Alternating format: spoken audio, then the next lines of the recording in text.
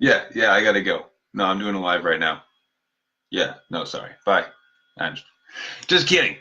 All right, guys. Today I want to talk to you guys about something important, and it's a personal story I want to share with you, and would dive right into it. Okay.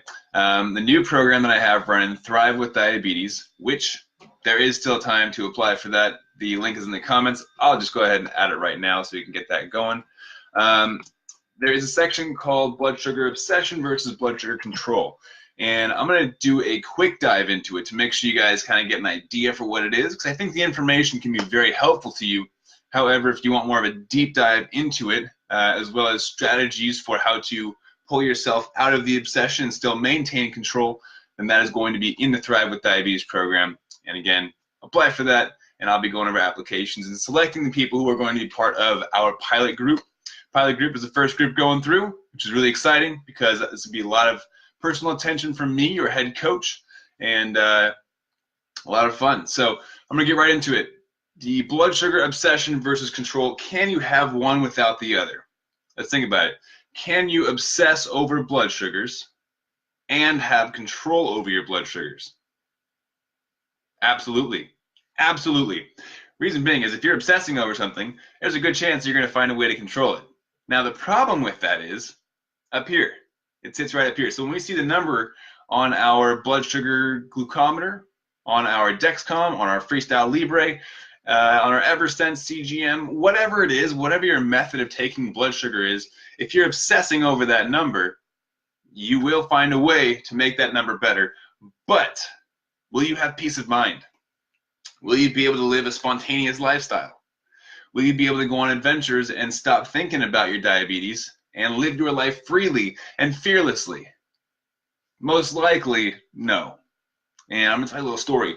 There was a time, way back when, just kidding, it was pretty recently, where mentally I was pretty messed up with diabetes and blood sugars and wanting to have the tightest control possible, wanting to always be in the perfect blood sugar range. And I didn't want to go low, I didn't want to go high, I wanted to be perfect straight line all the time. Is that possible as a person living with type 1 diabetes? I'm going to say no. I've seen people do it for very long periods of time, but here's the thing. There's always going to be variables that enter your life that cause fluctuations that you have zero control over. If you're on an insulin pump, maybe your insulin pump has a failure. If you're injecting insulin, maybe the insulin got hot and doesn't work as well as it's supposed to. If you are expected to do something extra active at work one day that you were not aware of right after a meal, maybe you're going to go low. There's always factors, different variables in life that can cause fluctuations that are not always your fault, and especially ones that you cannot plan for. So is it possible to have that straight line 24/7, have perfect blood sugars forever? No. Can you get close to that? Yes. But the question then becomes, how much effort are you willing to put into attaining that perfect control or that near perfect control? And that was my problem. The problem that I had was I wanted that control so badly that I kept every single part of my life identical to the day before, and I planned for it to be identical the next day. What I mean by that is I would go to bed at the exact same time. I would wake up at the exact same time. I would have my first meal exactly at 8 a.m. I would have my second meal exactly at 12 p.m. I have my third meal at 3 p.m. Fourth meal at 6 p.m. I kid you not. It was within 1 or 2 minutes of the same time every single day. I would stop whatever I was doing, stop everything, go eat. Same thing with exercise. I would schedule my exercises to be every day at 10 a.m. I would leave for the gym. Exactly, on the dot. Didn't have to set alarms, but why? Why didn't I have to set alarms? Because I was obsessing over my schedule, over my blood sugars, over my macronutrients, over my exercises, because I wanted to attain perfect blood sugars. And it was wrecking me. I was going insane. Because if I didn't have a perfect schedule every day, I was worried that my blood sugars would skyrocket or that they would drop off and go low for no reason. And I was stuck in this predetermined schedule that I did not allow myself any form of flexibility. It ruined my plans with my friends and family. I stopped going out to eat with people because I couldn't control what I was eating. I couldn't control the outcome of my blood sugars. Now, did I see stable blood sugars? Absolutely. I knew, and this worked for a very long time.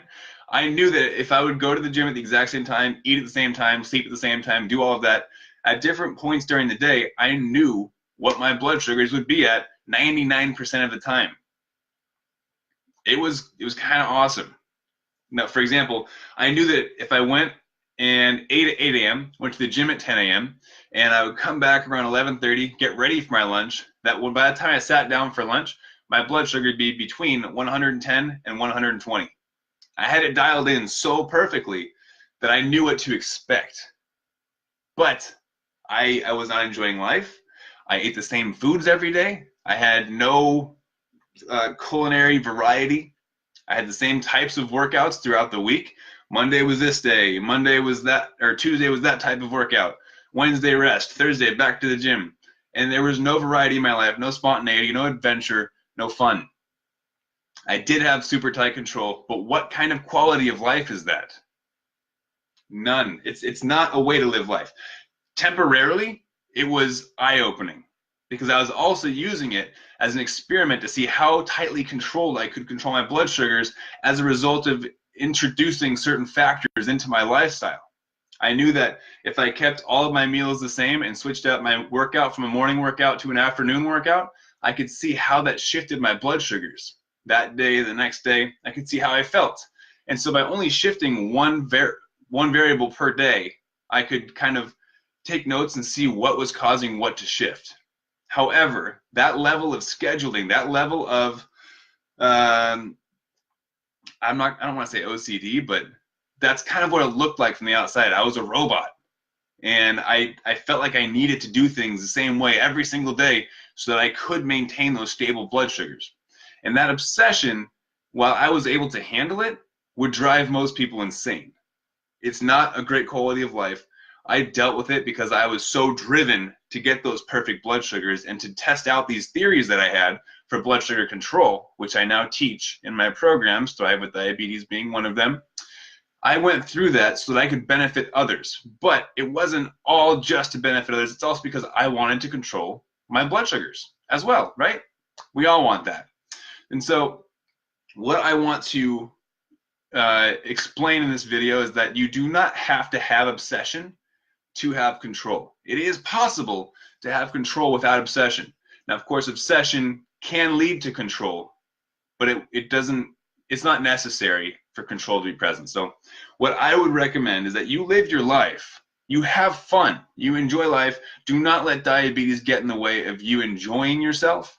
However, implement healthy habits. Document your journey. Figure out what causes blood sugars to rise, what causes blood sugars to drop. Notice trends in your life and use those to better control your blood sugars while you're being spontaneous, while you're being adventurous, while you are enjoying life, being happy and healthy. So again, this is a short dive into blood sugar obsession versus control. I hope it was useful to you guys. If you are interested in that deeper dive, this is one of the lessons, one of the many lessons that we're going over in Thrive with Diabetes that I'm so excited to share with you guys. It's going to be a blast. Again, it's a pilot program, which means that we are going through it for the first time together with everyone in the group, and everyone who is part of that is going to help me form it to perfect it for the next round of groups. So I hope you guys found this useful. Hope you're having an awesome night, and I will talk to you guys next time. Hope you like the higher setup. I brought my computer up a bit, so it's a little more eye level. I'm not staring down at you guys. Again, have a great night, and keep up the fight.